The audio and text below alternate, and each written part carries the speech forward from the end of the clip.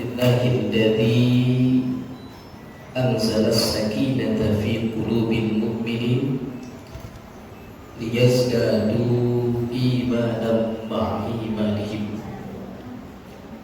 Asyhadu an la ilaha illallah wa asyhadu anna Muhammadan abduhu wa rasuluh. Allahumma shalli ala sayyidina Muhammad wa ala alihi sayyidina Muhammad. Faqad qala Allah ta'ala fil Qur'anil Karim wa huwa asdaqul qailin. A'udzu billahi minasy syaithanir rajim. Bismillahirrahmanirrahim. Wa an tasumu khairun lakum in kuntum ta'lamun.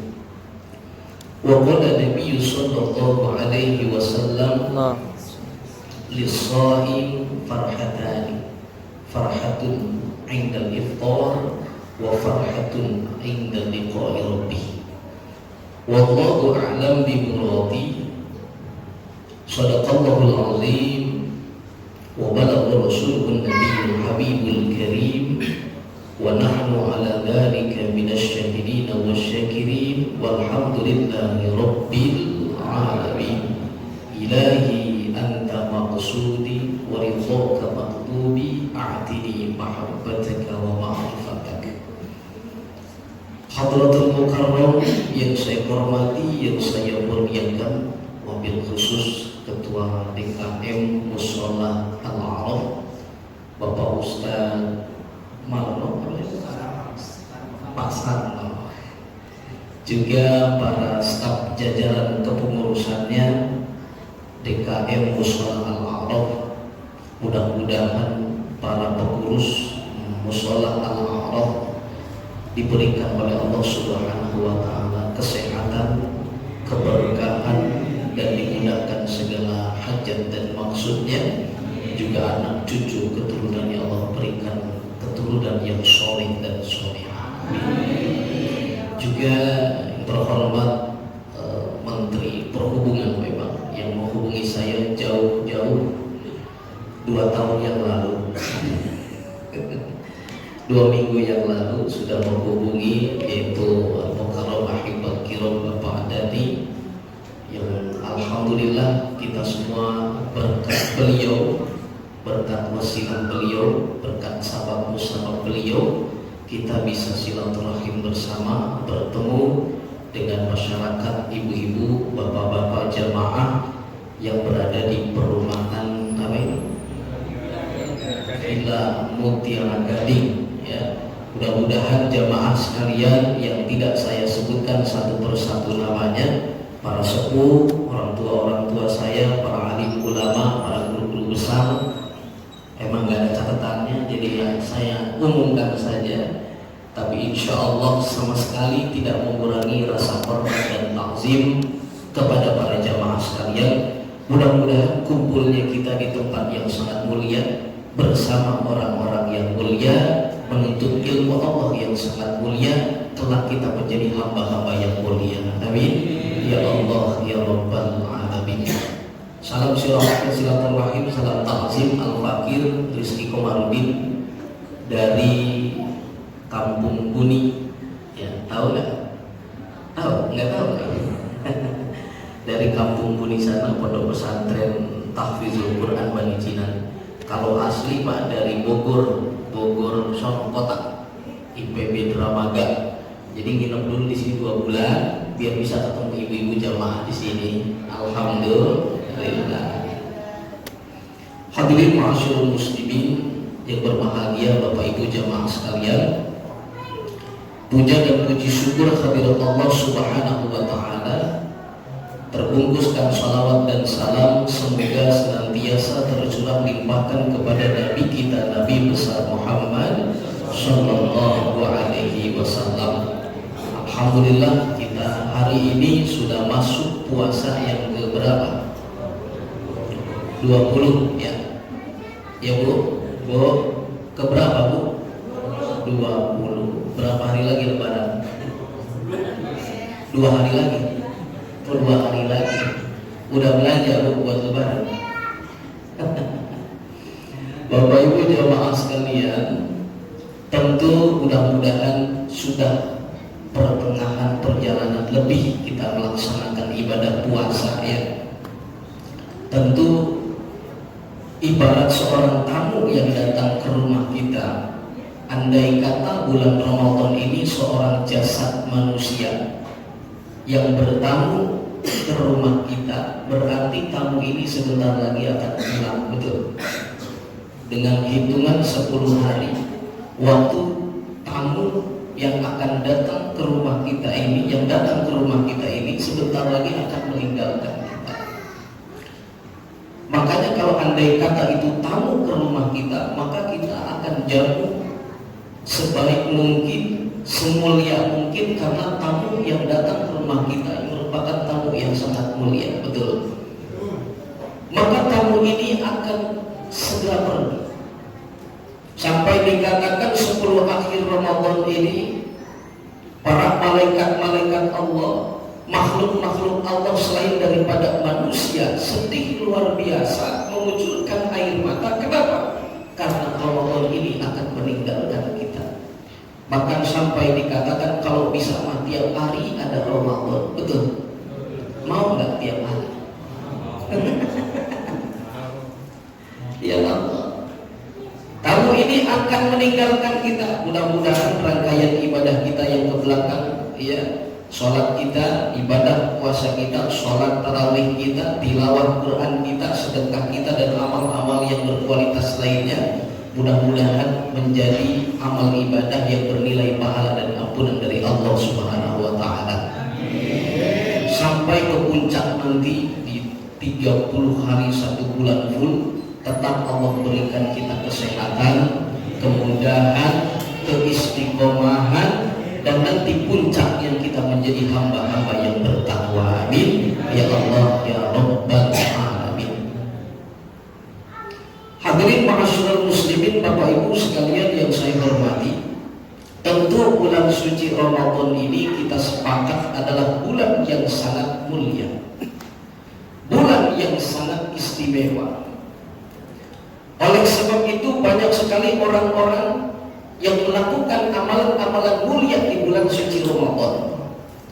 Di antara amalan yang sangat mulia di bulan suci Ramadan, tentu yang pertama adalah ibadah puasa. Itu yang paling mulia, yang paling pertama di bulan Ramadan.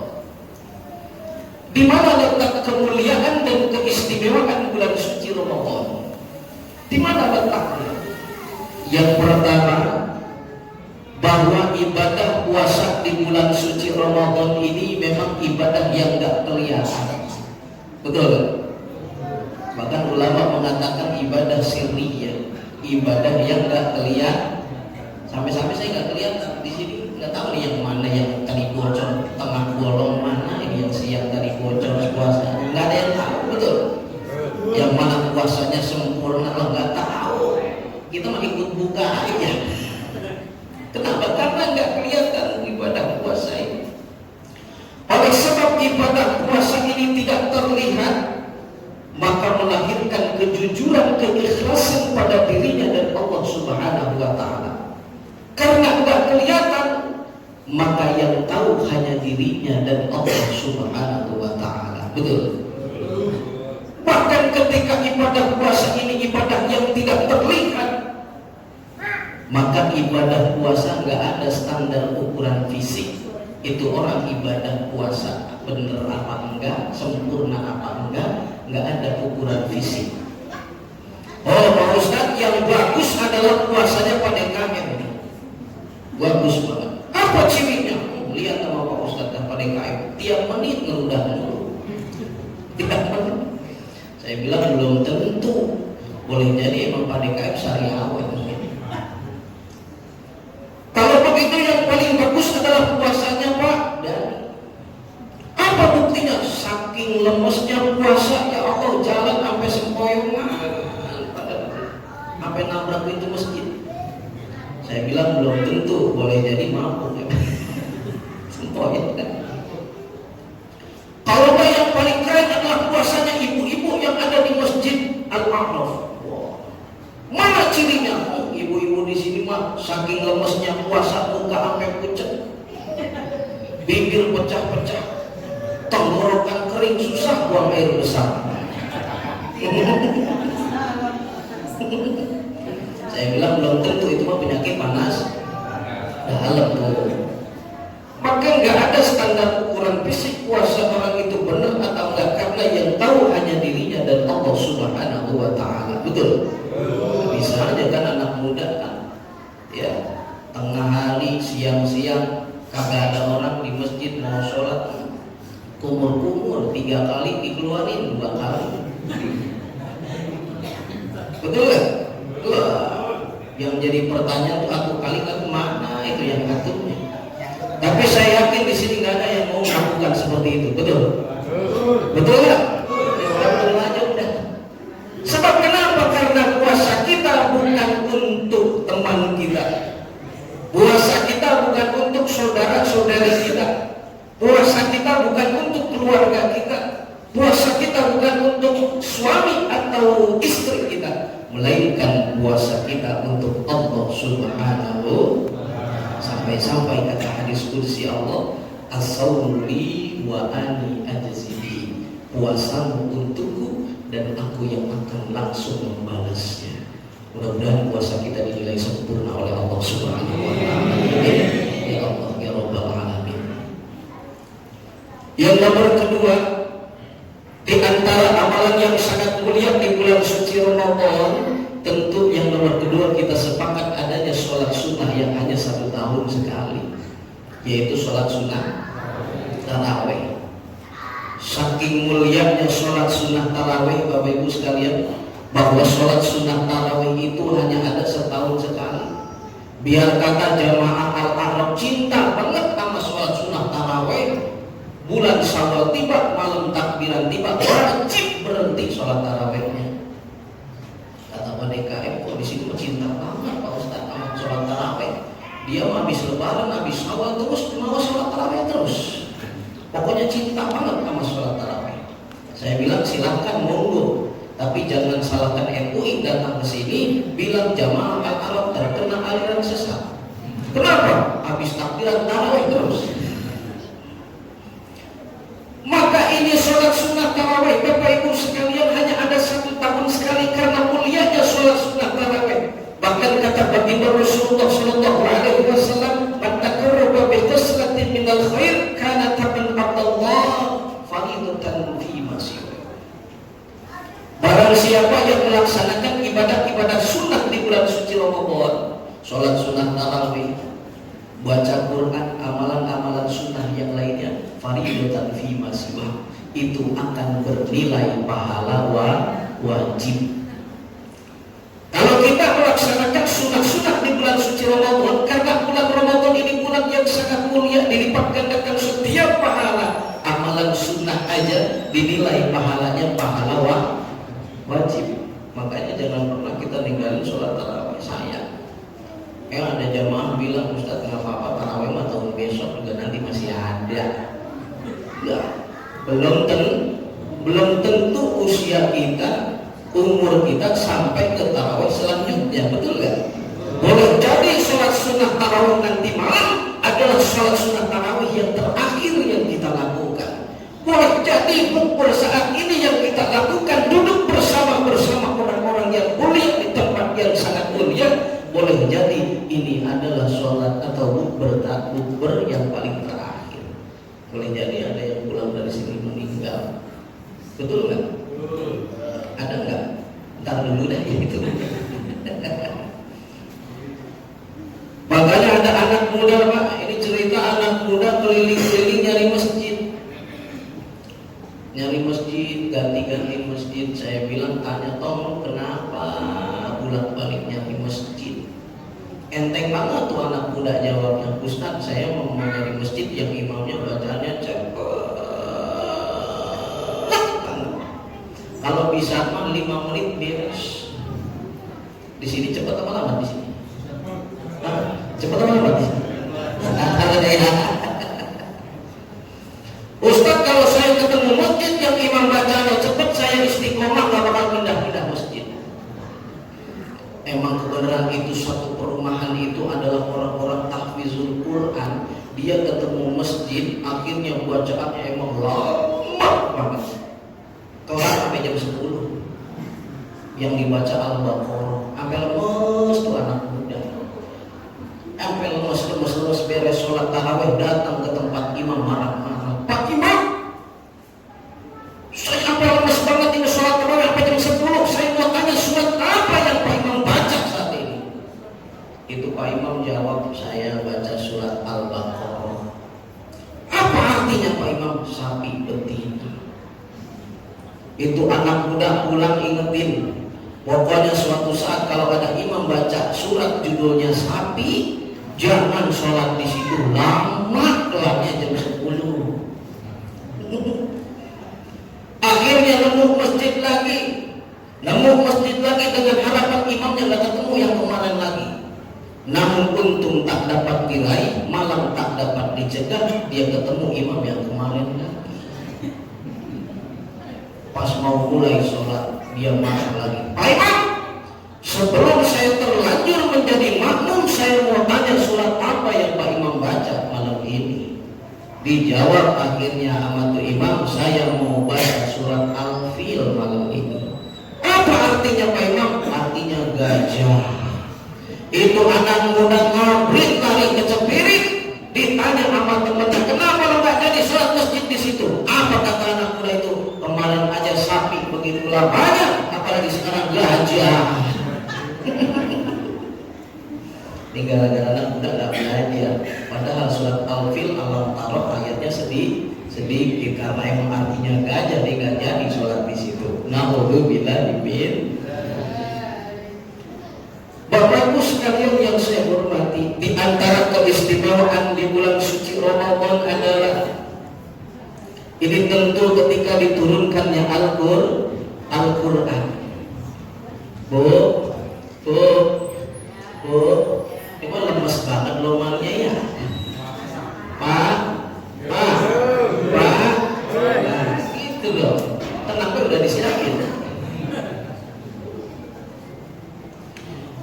Diturunkannya Al-Quran di bulan suci Ramadan, salah satu keistimewaan adanya bulan suci Ramadan.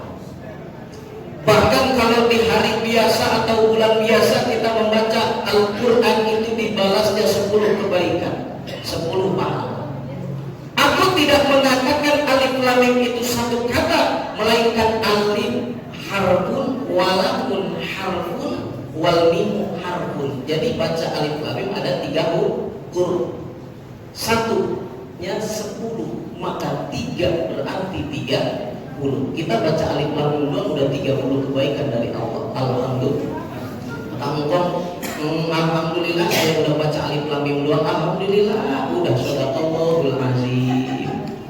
Alhamdulillah bagus, dapat 30 kebaikan. Tapi kalau bulan suci Ramadan yang kita baca itu sampai 70 kali lipat dibalas oleh Allah Subhanahu wa taala setiap huruf yang kita baca di bulan Ramadan. Alhamdulillah. Kita nanya lagi, emang Ustaz kebaikannya kayak gimana sih, banyak amat itu? Engkau pakai nanya.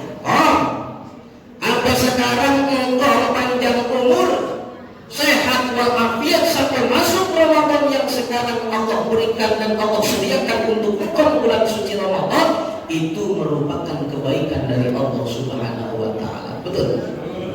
Sampai sekarang dikasih keluarga sakinah mawaddah warahmah, rezeki melimpah, anak cucu keturunan soleh-solehah, itu kebaikan enggak? Kebaikan.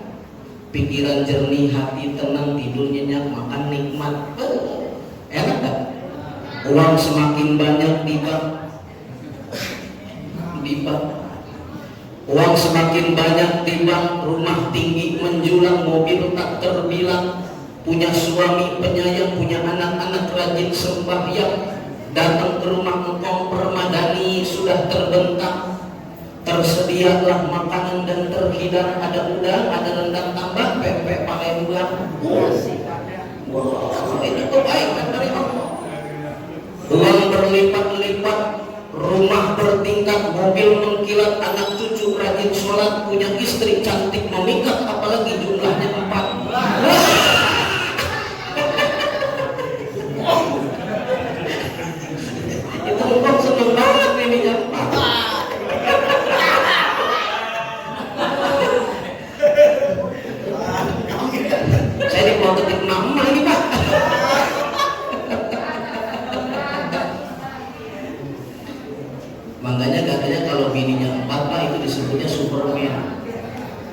Bininya 4 Superman, bininya 3 Batman, bininya 2 gentleman, bininya 1 cemen.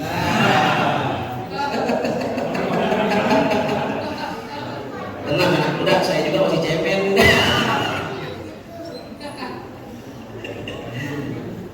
Maka Al-Quran yang kita baca luar biasa nikmat, pahalanya begitu berlimpah ketika kita baca di bulan suci Ramadan. Bahkan kata Rasulullah SAW, "Iqra'ul Qur'an fa innahu ya'ti yaumal qiyamah syafi'an li ashabi." Bacalah Al-Quran, kelak Al-Quran akan datang di hari kiamat syafi'an li ashabi, akan menjadi penolong untuk sahabat-sahabatnya. Siapa sahabat Al-Quran? Yaitu dia yang gemar membaca Al-Quran.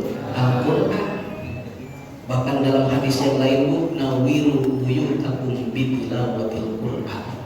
Cahayakanlah rumah kalian itu dengan tilawah Al-Quran. Tuh, rumah sumpah baik, rumah kagak enak, romannya nggak tenang tuh rumah.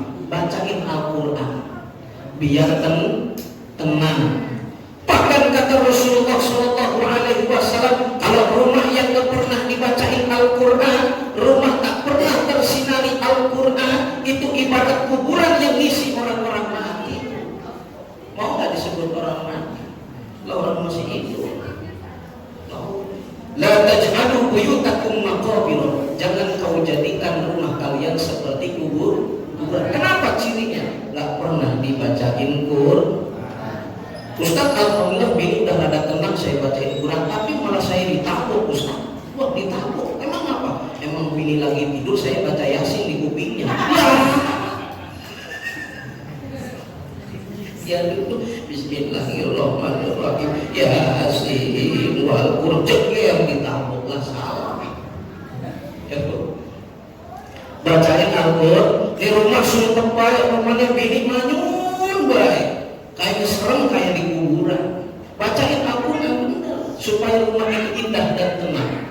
Emang biasalah ibu-ibu, emang mungkin belum dikasih duit buat lebaran kali ya, manyun bae dari pagi sampai sore.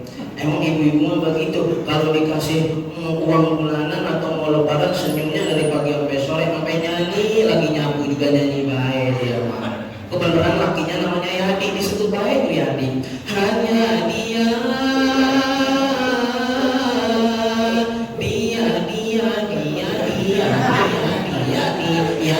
hanya Yadi, lagi nyapu Yadi gitu sebut-sebut situ. Ya, giliran 2 bulan 3 bulan belum dapat duit, wah manyun nyanyinya beda. Surga yang engkau janjikan, neraka yang kau berikan, duit yang kau janjikan, belangsak yang aku dapatkan. Ya, bila ini akhirnya kalau Ramadan ini doanya dijawab, itu bapak-bapak mendoa, ya Allah ya Tuhan kami, berikanlah uang seperti buat ngasih bini, sisanya buat kawin lagi.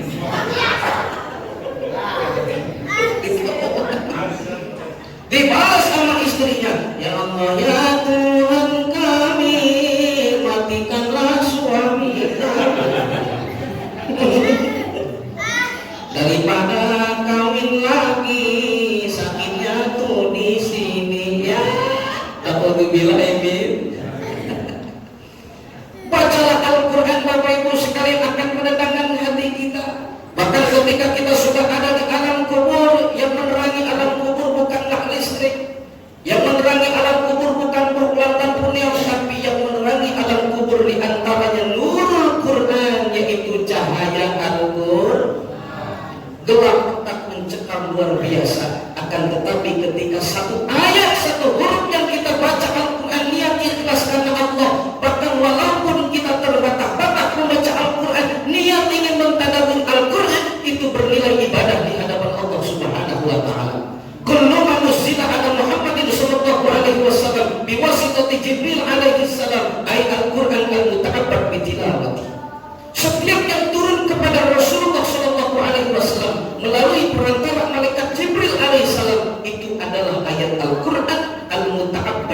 tilawati, yang akan bernilai ibadah ketika kita membacanya. Beda sama baca yang lain. Baca WA, baca status, nggak ada nilai ibadah. Tapi baca Quran biar kata nggak ngerti artinya, maknanya tetap bernilai ibadah. Alhamdulillah. Itu hebatnya tilawah Al-Qur'an. Makanya luar biasa. Mudah-mudahan para di sini guru-guru semuanya yang ada di sini, anak cucu keturunan kita juga soleh dan soleha, ya, biar pada bisa baca Al-Quran, biar bisa doain kita.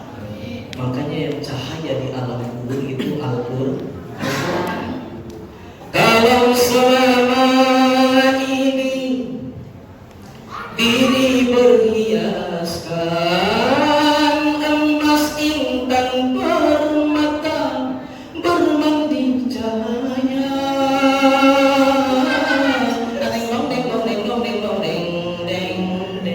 Bantuin apa ada yang baik? Tetapi kali ini di dalam kuburan gelap pekat mencekam, tiada seorang teman. Terputuslah pergaulan, terbujurlah sendirian, badan terbungkus.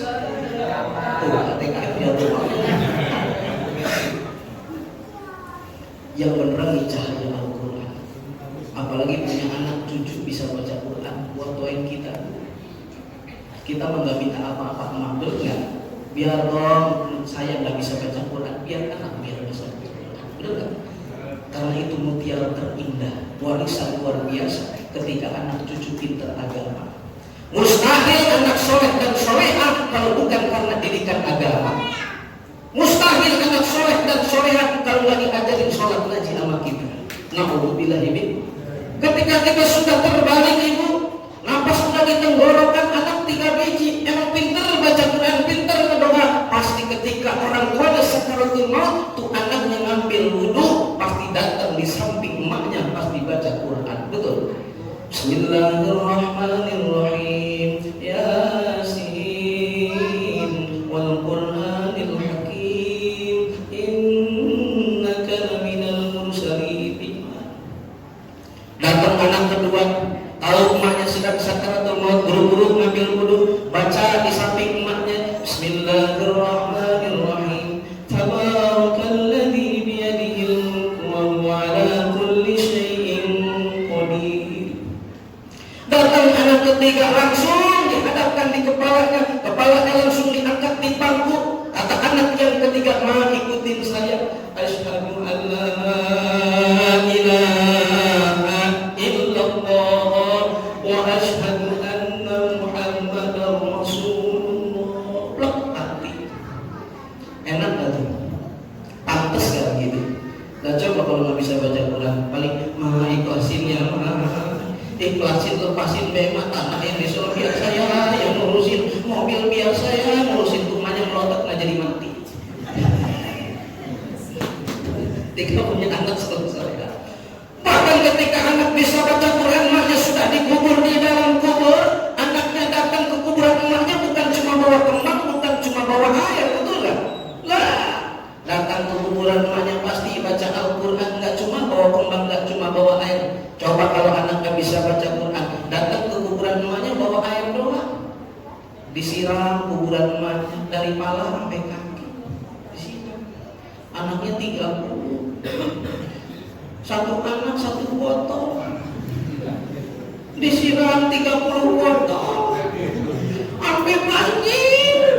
Kata emaknya, "Oh, ini tsunami dari mana?"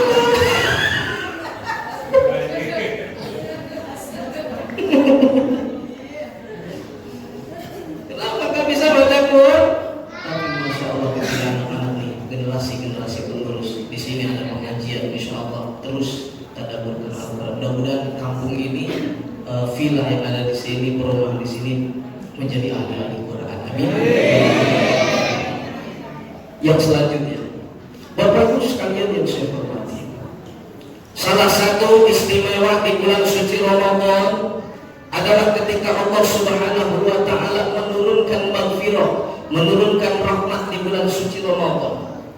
Bahkan ketika kita berdoa, bertobat, meminta ampun kepada Allah Subhanahu wa taala, merasa diri banyak dosa, merasa diri banyak salah.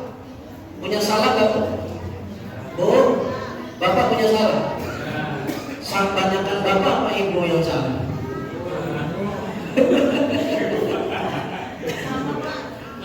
Pasti punya salah, punya dosa. Coba angkat tangan di sini yang nggak punya dosa. Angkat tangan di sini yang nggak punya dosa. Yang angkat tangan saya kasih hadiah umroh. Benar, umroh cuma sampai bandara balik lagi. Biar kata ustadz, biar kata ulama, biar kata pendekar, biar kata jamaah, semuanya laki-laki perempuan pasti punya salah dan dosa, betul. Maka kata Sayyidina Ali radhiyallahu anhu, takabbaru fil ard, jangan sombong congkak takabur di muka bumi ini. Sebab kenapa? Sebab kita berasal dari air saripati yang hina, kelak mati akan menjadi bangkai yang hina. Bahkan antara hidup dan mati kita membawa bangkai-bangkai, membawa barang-barang hina, betul. Biar kata ibu alisnya disifat-sifatin, pipinya dibedak-bedakin, bibirnya dimerah-merahin, tetap dalam perut ibu membawa kotoran, betul. Maka untung ada Ramadan. Allah sediakan fasilitas bagi hamba yang bertobat, bagi hamba yang meminta ampun kepada Allah. Alhamdulillah. Mudah-mudahan segala amal ibadah kita bernilai ibadah dan ampunan dari Allah. Ini Ramadan mau pulang, Bu. Jangan sampai kita nggak dapat ampunan dari Allah. Rugi. Rasulullah mengaminkan doa malaikat. Apa kata malaikat? Rohima anfurojulin dakhala alaihi Ramadan thumman salakha qabla ayyufarlah. Rugi orang, celaka itu orang. Dakhala alaihi Ramadan, datang bulan suci Ramadan yang mulia pada dirinya. Akan tetapi Ramadan itu sampai pulang, sampai pergi, sampai selesai itu Ramadan, qabla ayyufarlah, dia belum mendapat ampunan dari Allah Subhanahu wa taala. Na'udzubillahi.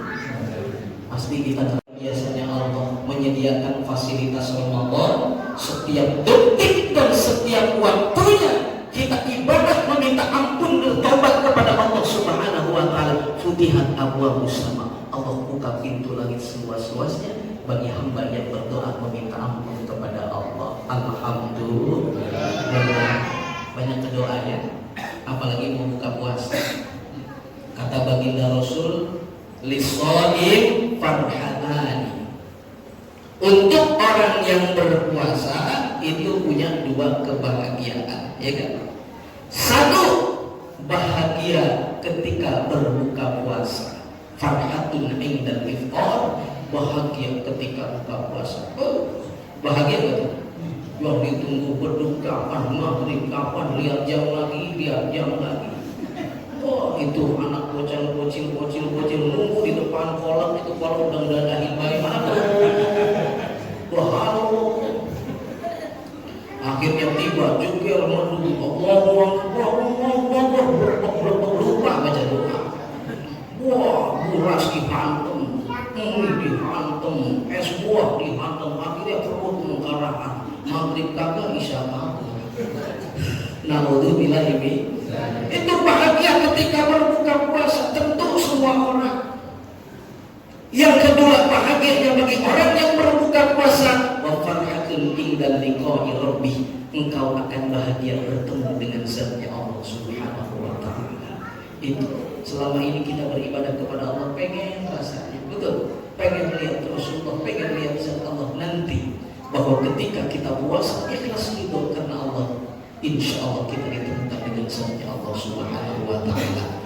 Ketika bertemu dengan zatnya Allah Subhanahu wa taala, ada yang setiap detik, ada yang setiap menit, ada yang sehari sekali, ada yang seminggu sekali, ada yang sebulan sekali, ada yang setahun sekali, tergantung amal ibadah yang kita lakukan selama hidup di alam dunia. Alhamdulillah. Makanya begini, kata-kata mutiara begini, buatlah cerita yang indah. Kamu masih hidup di alam dunia, buat cerita yang indah yang kelak akan diceritakan oleh anak cucu keturunan kamu. Ibu, kita bakal jadi cerita anak cucu kita. Pak, kita bakal diceritain oleh anak cucu kita. Oleh karena itu, buatlah cerita yang indah bertuliskan tinta emas yang kelak cerita ini akan dikisahkan oleh anak cucu keturunan kita. Cerita itu bisa jadi bagus, cerita itu bisa jadi buruk, tergantung apa yang dilakukan kita selama hidup di alam dunia. Betul? Tergantung. Coba ibu yang sore zikir di depan rumah, subhanallah, subhanallah, subhanallah, alhamdulillah. Kelak ibu meninggal dunia, itu akan jadi cerita indah untuk anak-anak ibu. Ya Allah, emak saya mati yang sore, zikir mulu pegang tasbih, muter-muter tasbih, enak rasanya. Jam 8 pagi sudah tergelar sejadah, ibu sudah meninggal dunia. Kata anaknya, kalau melihat sejadah jam 8 pagi, ingat emak saya, sebab emak saya suka sholat duha. Enak tak? Begitupun bapak setiap maghrib nggak pulang, bapak di masjid itikaf sampai isya. Kebetulan bapak meninggal dunia, meninggalkan istri. Kata istrinya, suami saya tiap maghrib nggak pulang. Alhamdulillah, tiap maghrib sampai isya nggak pulang itikaf di musola Al-Araf. Saya tanya, Pak, kenapa nggak pulang? Bini maju mulu, gua repot katanya. Kirain nggak pulang apa, bini malah mending dah kalau mau sholat pada itu ibadah ya. Kalau akan jadi cerita, beda kalau cerita itu buruk yang diceritakan oleh anak cucu keturunan kita, Bapak Ibu sekalian. Datang anaknya, emak bapaknya sudah meninggal, kebetulan baru-baru bapaknya meninggal dunia, lagi nyambungin anaknya di belakang. Kebetulan ngelihat ayam lagi berantem, jukir ayam lagi berantem. Kata anaknya, ya Allah, ngelihat ayam berantem, ingat bapak gua. Gua ingat bapak gua ngelihat ayam berantem. Ditanya sama teman, emang apa bapak lu? Bapak gua tukang adu ayam. Nah kalau gue bilangin, nyapuin depan rumahnya, pas di depan rumahnya ada kartu remi, gaplek, jekir, sedih. Ya Allah, ingat kalau lihat kartu, ingat bapak. Emang apa bapak? Tiap malam nggak pulang main gaplek baik. Itu semua akan menjadi kisah, cerita yang akan diceritakan oleh anak cucu keturunan kita. Kita rajin puasa, kita baca Quran, kita puasa sunnah, ibadah yang lainnya. Itu akan menjadi tulisan yang bertuliskan tinta emas yang akan diceritakan oleh anak cucu keturunan kita. Alhamdulillah. Enak gak? Mudah-mudahan yang di sini akan diceritakan baik-baik oleh kita. Amin. Ya Allah, ya Rabbal Alamin. Masih ada waktu? Lama juga ya. Enggak habis ini. Ya Allah. Emang begini resiko menjalankan puasa ceramah yang nggak ada kasih minum bisa.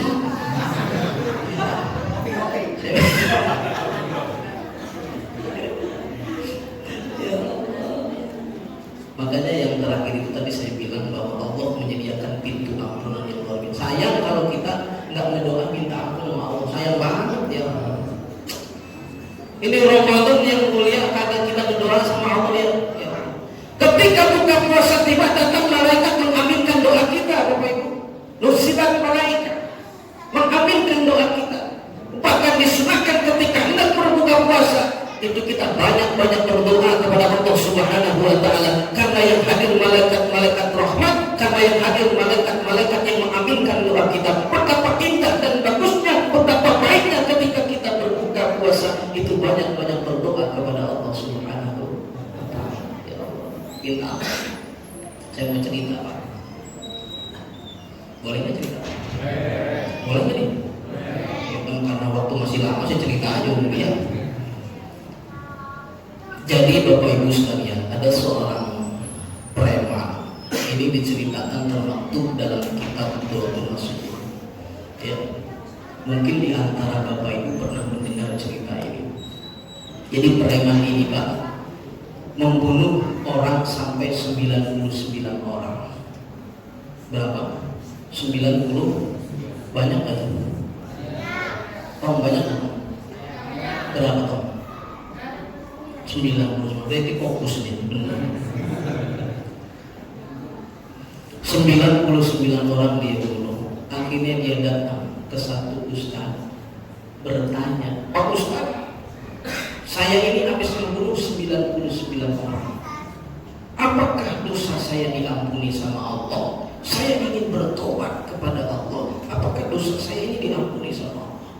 Apa kata tuh Ustaz? Waduh, kira-kira aku masuk 99 orang. Kayaknya susah Allah buat ngampuni dosa lu, begitu banyak dosa lu sebab membunuh. Kalau tidak ada sebabnya itu dosa besar, susah. Jiwa preman, betul kan? Gagah luar biasa, melotot tuh preman. Sialan nih Ustaz, saya niat benar pengen tobat dibilang begitu.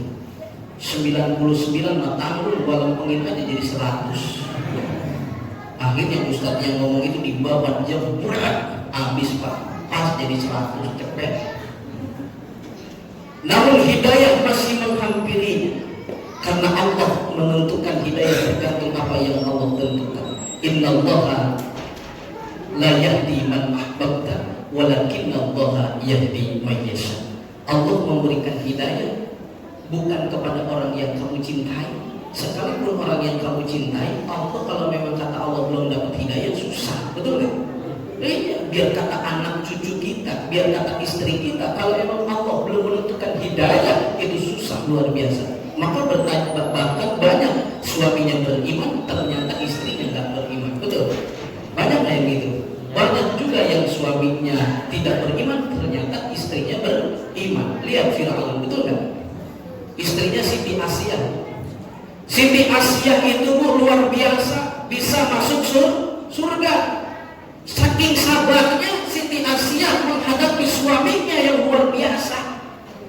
Alhamdulillah Siti Asia dengan kesabaran menghadapi suaminya itu bisa masuk surga.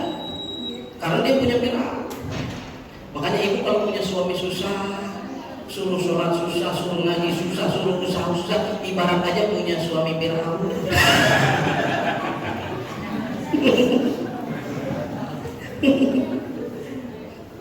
Ya Allah, hidayah itu tergantung apa yang Allah tentukan. Biar kata dia terpencil di satu tempat, kalau memang hidayah itu datang taufik dan hidayah. Hidayah masih datang kepada preman itu, Bapak Ibu sekalian. Akhirnya preman datang ke satu ustaz lagi, cuma ustaznya ada benar ini Pak Ustaz, ini dosa saya membunuh 99 orang. Kok begitu? Iya Ustaz, tadinya memang 99, cuma nambah, dilepengin jadi cepet 100. Kenapa? Ada Ustaz ngomongnya gak benar, saya jadi pesimis Ustaz. Apakah dosa saya diampuni? Apa kata Pak Ustaz itu? Selagi matahari belum terbit di sebelah barat, selagi napas belum sampai tenggorokan, maka insya Allah taubatmu, ampunanmu diterima oleh Allah Subhanahu wa Ta'ala. Begitu Ustaz? Iya begitu. Cuma kalau saya boleh saran, kamu pindah dari tempat itu, karena tempat itu adalah tempat-tempat yang sulit.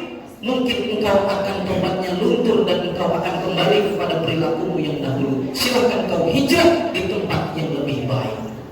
Akhirnya tuh preman, nyiapin bajunya, nyiapin barangnya, pindah ke tempat yang baru untuk berhijrah. Sampai ketika di perjalanan itu ternyata ajal merenggut nyawa. Itu preman meninggal dunia. Datang dua malaikat, satu malaikat rahmat, dua malaikat azab. Kata malaikat rahmat, waduh ini mah ahli surga kayaknya, sebab dia udah taubat. Kata malaikat azab, belum tentu mah. Belum tentu mah. Lah taubat bagaimana? 100 dulu gak kira-kira.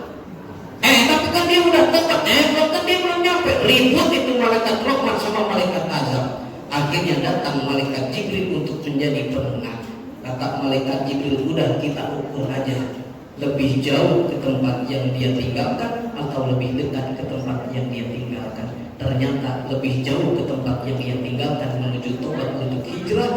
Alhamdulillah, kata malaikat rahmat, ini milik saya dan dia akhirnya masuk surga. Alhamdulillah. Itulah Jadi jangan pesimis kalau kita banyak dosaannya gitu. Cuma jangan salah mengartikan berarti saya mau tobat ngeburu dulu dong 100. Jangan. Artinya bu, kalau kita merasa ahli ibadah, merasa ahli sholat, merasa ahli ilmu, merasa ahli puasa, jangan pernah sombong. Karena kita nggak tahu akhir hayat kita. Betul? Andai kata sekarang kita pendosa, banyak salah, banyak sama Allah dosa, banyak sama manusia dosa, insya Allah jangan pesimis, kita juga nggak tahu akhir perjalanan kita. Betul? Masya Allah. Inna ahadakum la ya'malu bi amali ahli jannah, ya, fayasbiqu alaihim hatta apa tuh saya lupa jadi gitu ya. Fokus banget sih lah. Inna ahadakum la ya'malu bi amali ahli jannah hatta ma yakunu bainahu wa bainaha illa dhira' fayasbiqu alaihi alkitab fayamalu bi amali ahli nar fayadkhuluha. Nah, alhamdulillah ingat ibadah.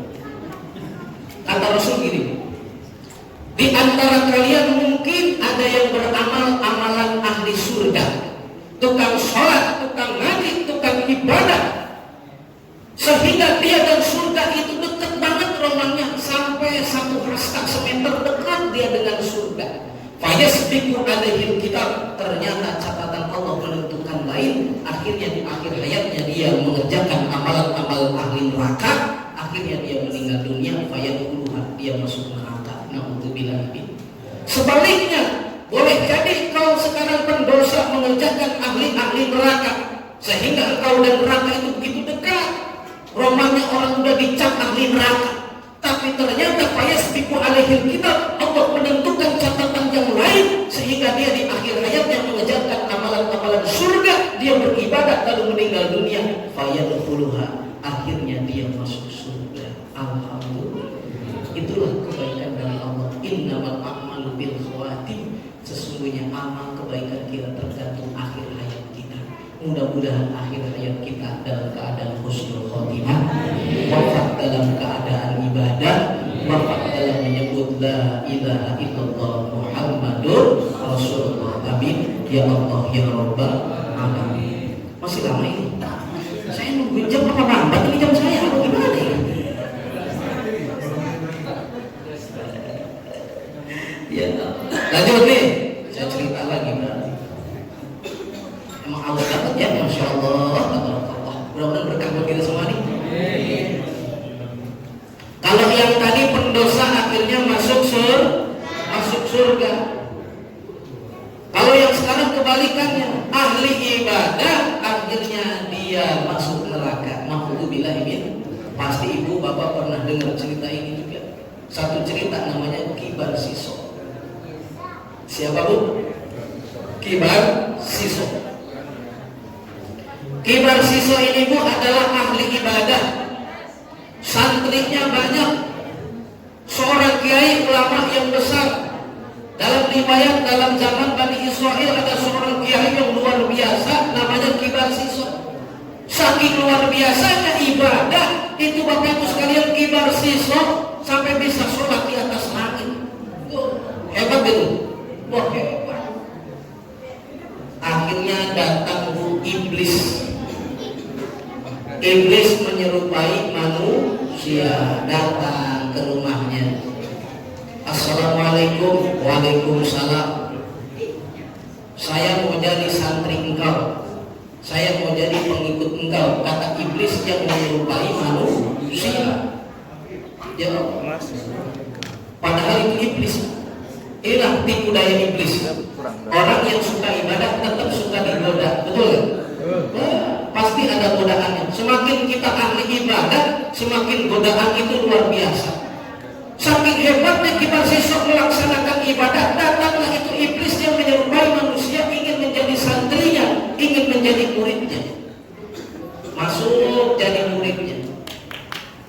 Ketika jadi muridnya tuh iblis lebih hebat ibadahnya dari Kibar Siso. Sholatnya sampai sehari semalam gak tidur-tidur, puasanya seharian full gak makan-makan, saking hebatnya. Lah wajar iblis gak punya hawa nafsu, betul kan? Akhirnya kata Kibar Siso begini, kok kamu hebat banget, menandingi saya kehebatan kamu. Padahal iblis.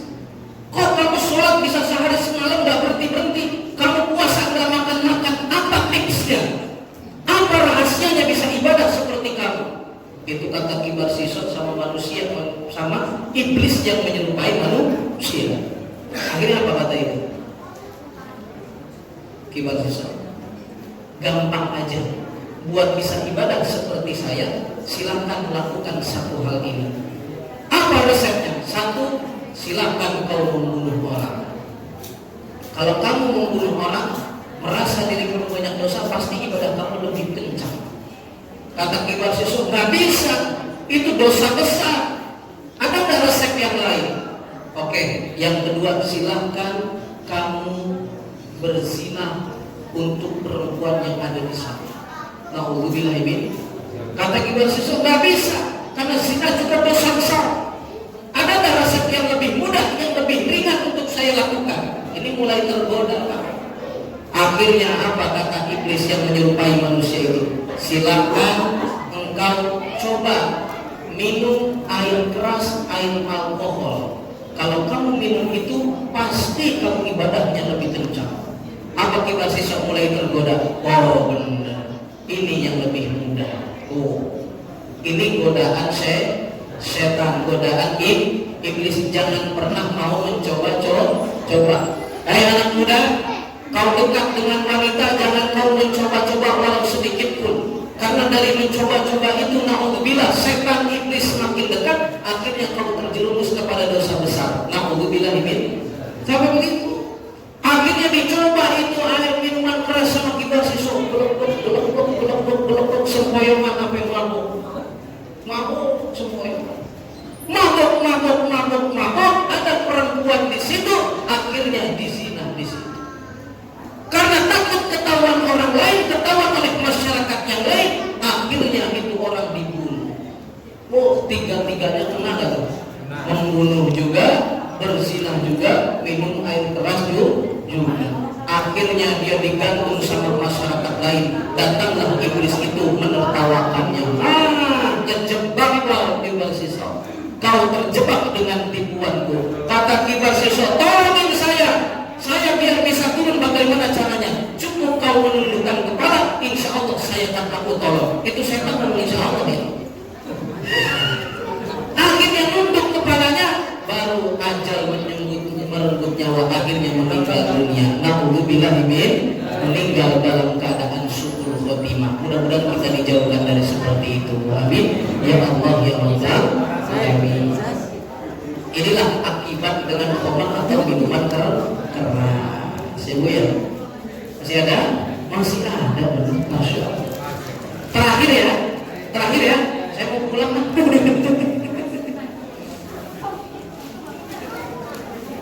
Hai anak muda, sekarang ini banyak minuman-minuman yang memang diganti dengan nama-nama yang lain. Inti itu untuk menipu kita. Alhamdulillah juga. Sekarang kata Rasulullah SAW, kullu muskirin khamrun wa kullu khamrun halal. Setiap yang memabukkan itu khamr namanya, dan setiap yang khamr itu termasuk hukumnya halal. Alhamdulillah ini. Sampai sekarang banyak diganti-ganti kan nama khamr untuk menipu kita, Pak. Untuk menipu anak-anak kita. Dibalut dengan bahasa yang lain, dengan bahasa yang indah, untuk menipu anak-anak kita. Sebab dengan adanya satu tetes khamr, satu tetes alkohol, air minuman keras yang masuk ke tenggorokan anak kita, walaupun setetes, itu akan membahayakan, akan mempengaruhi sampai dewasa. Naudzubillah min. Kan diganti sekarang. Ya, banyak sampahnya, dulunya Martini, Jack Daniel, ada Copenhagen, Cafe Regal, ada McDonald, ada Jack Daniel, ada Amer, paling murah Cip.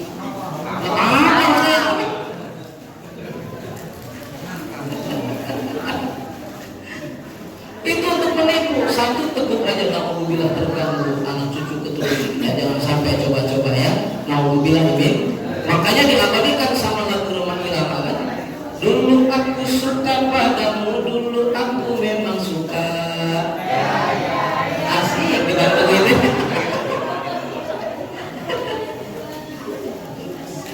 Dulu aku cinta padamu, dulu aku memang cinta. Sebelum jauh engkau akan merusakkan jiwaku. Gak pakai ubud, gak. Sebelum engkau tahu kau dapat menghancurkan hidupku. Sekarang tak mau.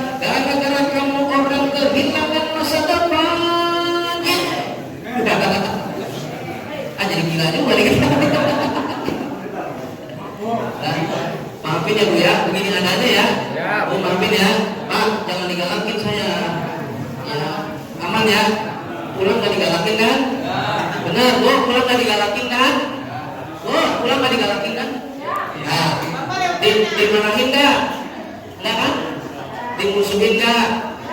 Diamplopin nggak? Ada kayak nggak diamplopin? Canda kok ya, canda. Bapak, mudah-mudahan senyum kita dalam bahagia ini menjadi senyum yang membawa kasih sayang dari Allah. Sekali lagi saya doakan mudah-mudahan ini jamaah kompak luar biasa PDKM. Mudah-mudahan kami istiqomah ibadahnya, semakin kompak, anak cucu keturunan kita biar makin ahli ibadah. Di kampung yang kita saat ini tempati mudah-mudahan mengandung rahmat dan maghfirah dari Allah Subhanahu wa taala. Kelak nanti kita kumpul bersama di surganya Allah Subhanahu wa taala. Amin. Ya Allah ya Rabbal alamin. Barakatuh surat Ummul Quran Al-Fatihah.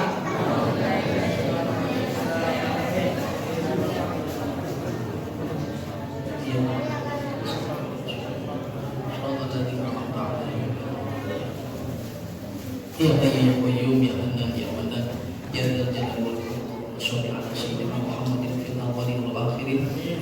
Wa barik wa sallim radhiyallahu ta'ala an sahabati Rasulillah ajma'in. Bismillahirrahmanirrahim. Alhamdulillahi rabbil alamin. Hamdan syakirin, hamdan na'imin, hamdan yuwafi ni'amahu wa yukafi mazidah. Ya Rabbana lakal hamdu kama yanbaghi li jalali wajhikal karim wa 'azimi sultanik. Allahumma shalli ala sayyidina Muhammadin salatan tunjina biha min jami'il ahwali wal afat wa taqdilana biha jami'al hajat wa tutahhiruna biha min jami'is sayyi'at wa tarfa'una biha innaka 'alal darajat wa tuballighuna biha aqsal ghayat min jami'il khairati fil hayati wa ba'dal mamat bi rahmatika ya arhamar rahimin. Allahumma ighfir lana dhunubana wa dhunuba abaina wa ummahatina wa ajdadina وجداتنا ولمشايخنا وقرابتنا وأسرنا ولجميع المسلمين والمسلمات والمؤمنين والمؤمنات الأحياء منهم والأموات وإلى حضرة في هذا المسجد في هذا المصلى في هذا المجلس وصلى على الأعراف ورسوله وفروعه وأهل سلسلته. اللهم اغفر لهم وارحمهم وعافهم واعف عنهم واكرم نزولهم ووسع قبرهم. اللهم اجعل أولادنا وذريتنا وتلاميذنا من أهل العلم والخير ومن أهل العبادة ومن أهل الطاعات ومن أهل القرآن ولا تجعلنا من السوء والضرير واجعلنا يا الله من عبادك الصالحين واجعلنا يا الله من عبادك المتقين واجعلنا يا الله من عبادك المخلصين. اللهم يسر أمورنا أمور الدنيا والآخرة وحسن مقاصدنا ونور قلوبنا وصحح أجسادنا وثبت إيماننا وأحسن أعمالنا ووسع أرزاقنا برحمتك يا أرحم الراحمين. اللهم إنا نسألك رضاك والجنة ونعوذ بك من سخطك والنار. اللهم إنك عفو كريم تحب العفو فاعف عنا يا كريم. ربنا تقبل منا صلاتنا وصيامنا وقيامنا وركوعنا وسجودنا وتخشعنا وتعبدنا وتمم تقصيرنا يا الله يا الله يا الله يا رب العالمين. ربنا إننا ظلمنا أنفسنا وإن لم تغفر لنا وترحمنا لنكونن من الخاسرين. ربنا آتنا في الدنيا حسنة وفي الآخرة حسنة وقنا عذاب النار بفضل سبحان ربك رب العزة عما يصفون وسلام على المرسلين والحمد لله رب العالمين. نسألك الإجابة. الفاتحة.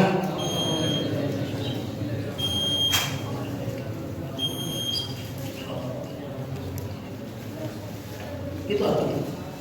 Oh alhamdulillah. Allahumma laka sumtu wa bika amdu wa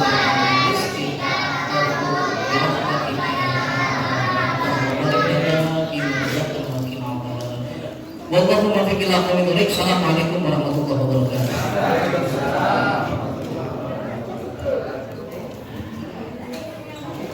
Demikian tausiah yang telah disampaikan. Semoga kita dapat